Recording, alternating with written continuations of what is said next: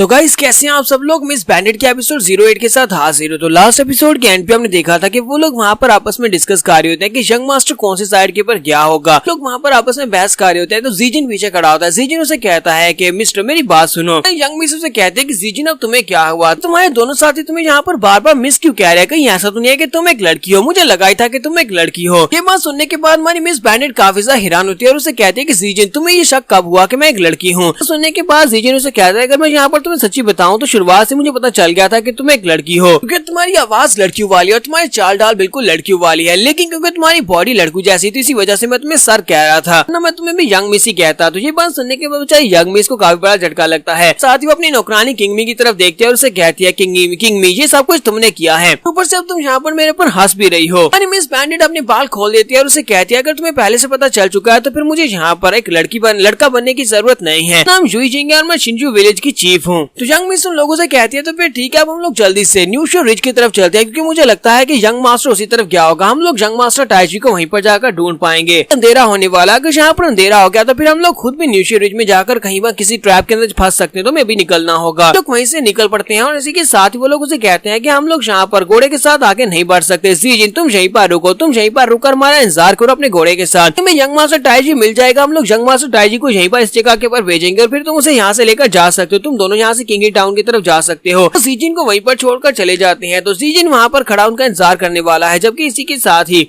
में ली फैमिली का दिखाया जाता है कि ली फैमिली के जो लोग होते हैं, ली फैमिली के लोगों ने इनकी सप्लाईज को लूटा होता है, टाई फैमिली की सप्लाईज को लूटा होता है। तो वो वहाँ पर अपनी सप्लाईज के बोरियों के सामने खड़ा होता है और कहता है सभी लोग तो वाकई में बहुत ज्यादा बेवकूफ थे, उन सभी को बेवकूफ बनाना बहुत ज्यादा आसान था, उन सभी को हमने शिंजो विलेज की तरफ भेज दिया है। टाई फैमिली की उन बेवा औरतों के साथ बिल्कुल अच्छा हुआ। उन बेवा औरतों से मैंने कहा भी था कि वो मेरे साथ शादी कर ले या फिर मेरे बिस्तर को गर्म कर दे, तो मैं उन लोगों का साथ देने को तैयार हूँ। लेकिन वो कमीनी औरतें वो किसी के साथ भी ऐसा करने को तैयार नहीं थी और इसी वजह से अब यहाँ पर उनके साथ अच्छा ही हो रहा है। हमारी ली फैमिली ने उनके पास से बहुत सारा माल चोरी कर लिया, उनकी सप्लाईज की चीजों को हमने चोरी कर लिया, जबकि उन्हें लगेगा कि यहाँ पर माउंटेन बैंडेट्स ने उनके पास से चोरी की है। इस तरह हम लोग टाई फैमिली से भी बच जाएंगे और इसके अलावा हम लोग शिंजू विलेज की जुई जिंग को प्लीज कर सकते हैं। जब ये लोग जो टाई फैमिली के लोग उनके ऊपर अटैक करने के लिए जाएंगे तो हम लोग उनको बचाएंगे। उसके बाद जुई जिंग की शादी मेरे साथ हो जाएगी। इसके साथ ही जीरोंग ट्राइब की एक लड़की उसके पास अपीयर होती है और उसे कहती है कि मुझे यहाँ पर तुम्हारी सारी बकवास बातें नहीं सुननी, ये बताओ कि तुम्हारे लोग अभी तक उस यंग जानवर को क्यों नहीं पकड़ पाए, तुम लोग अभी तक उस टाइजी को पकड़ क्यों नहीं पाए। मास्टर ली पीछे की तरफ घूमता है और उसके मुंह पर हाथ रखते हुए कहता है कि मेरी लेडी वू तुम्हें परेशान होने की जरूरत नहीं है, मैंने अपने एक बंदे को उसके पीछे भेजा था, वो उसे न्यूशी रिज की तरफ लेकर गया था, लेकिन वो का जो था यानी वो यंग मास्टर टाइजी जो था वो एक पिट के अंदर गिर गया है, गहरे गड्ढे के अंदर गिर गया है, वहाँ से बाहर नहीं निकल पा रहा और ना ही वो निकल पाएगा। अपने कुछ और लोगों को वहाँ पर भेज रहा हूँ ताकि वो जाकर उसे वहाँ से निकाल कर लेकर आ सके। इसके साथ ही वो लड़की जो होती है वो काफी ज्यादा गुस्सा हो जाती है, वो अपने पास एक रस्सी निकालती है और उस रस्सी को उसकी गर्दन में बांध कर उसे कहती है अगर तुमने यहाँ पर मुझे टच भी किया तो फिर मैं तुम्हारी गर्दन काट दूंगी, इसलिए दोबारा इस तरह की हरकत कभी मत करना, क्योंकि हम लोग यहाँ पर तुम्हारे गुलाम नहीं है, तुम हमारे साथ इस तरह की बदतमीजी बिल्कुल भी नहीं कर सकते। मास्टर लियो से कहता है अच्छा ठीक है मुझे समझ आ कि मैं दोबारा तुम्हें कभी भी टच नहीं करूंगा, मैं जल्दी से अपने लोगों को भेजता हूँ ताकि वो न्यूशी रिज के ऊपर जाकर वहाँ पर से यंग मास्टर टाई को वहाँ पर से लेकर आ सके। नेक्स्ट सीन में न्यूशी रिज का ही दिखाया जाता है। हमारे यंग मिस के दोनों साथी वहाँ पर होते हैं और वो लोग जंगल में उसे ढूंढ रहे होते हैं। न्यूशी रिज में आगे की तरफ बढ़ रहे होते हैं और चिल्लाकर उसे कह रहे होते हैं टाइजी तुम कहाँ पर हो। तुम ये सोच रहे होते कि पता नहीं वो लड़का कहाँ पर चला गया। मेरे इंस्टिंक्ट बिल्कुल ठीक थे, मुझे लगा ही था कि वो लड़का मुश्किल में होगा। इसी के साथ ही साम मिमी उसे साइड के ऊपर बुलाती है और उसे कहती है कि यंग मिस यहाँ पर आओ, जहाँ पर लगता है कि फाइट के निशान, लगता है यहाँ पर कोई था। यहाँ पर जाती है तो पेड़ के ऊपर वहाँ पर निशान पड़े होते हैं, तो वो कहती है हाँ मुझे लगता है कि ये स्क्रैचेस जो है ब्रांड न्यू है, यहाँ पर किसी की फाइट हुई होगी। यंग मिस उन लोगों से कहते हैं कि मुझे लगता है कि वो यहीं पर आसपास ही होगा, वो कहीं पर आसपास ही होने वाला है। वो चिल्लाकर कहती है कि टाइशी बेबी तुम कहाँ पर हो। तो इसी के साथ यंग मास्टर भी इसकी आवाज सुन लेता है। यंग मास्टर भी चिल्लाकर उसे कहता है कि मैं यहाँ पर हूँ। हमारी यंग मिस बहुत ज्यादा खुश हो जाती है और भागती हुई आगे बढ़ती है। जैसी वो भागती हुई आगे बढ़ती है तो उसे भी दिखाई नहीं देता कि वहाँ पर एक गड्ढा था, तो पाँव स्लिप हो जाता है और वो बेचारी वहाँ से नीचे की तरफ गिरने लगी है। इसके साथ ही बेचारी का पाँव स्लिप होता है, वहीं पर नीचे लटक जाती है। इसका उसका एक हाथ जो होता है वो रिज के ऊपर होता है और वो गड्ढे के अंदर गिरने वाली होती है, वो गड्ढे के साथ लटक रही होती है। इसके साथ ही जैसी वहाँ पर उसकी आवाज सुनते हैं वो लोग भागते हुए उस तरफ आगे बढ़ते हैं और कहते हैं हमारी यंग मिस की आवाज आ रही है, वो चिल्ला रही है, चलो जल्दी से भागकर वहाँ पर चलते हैं।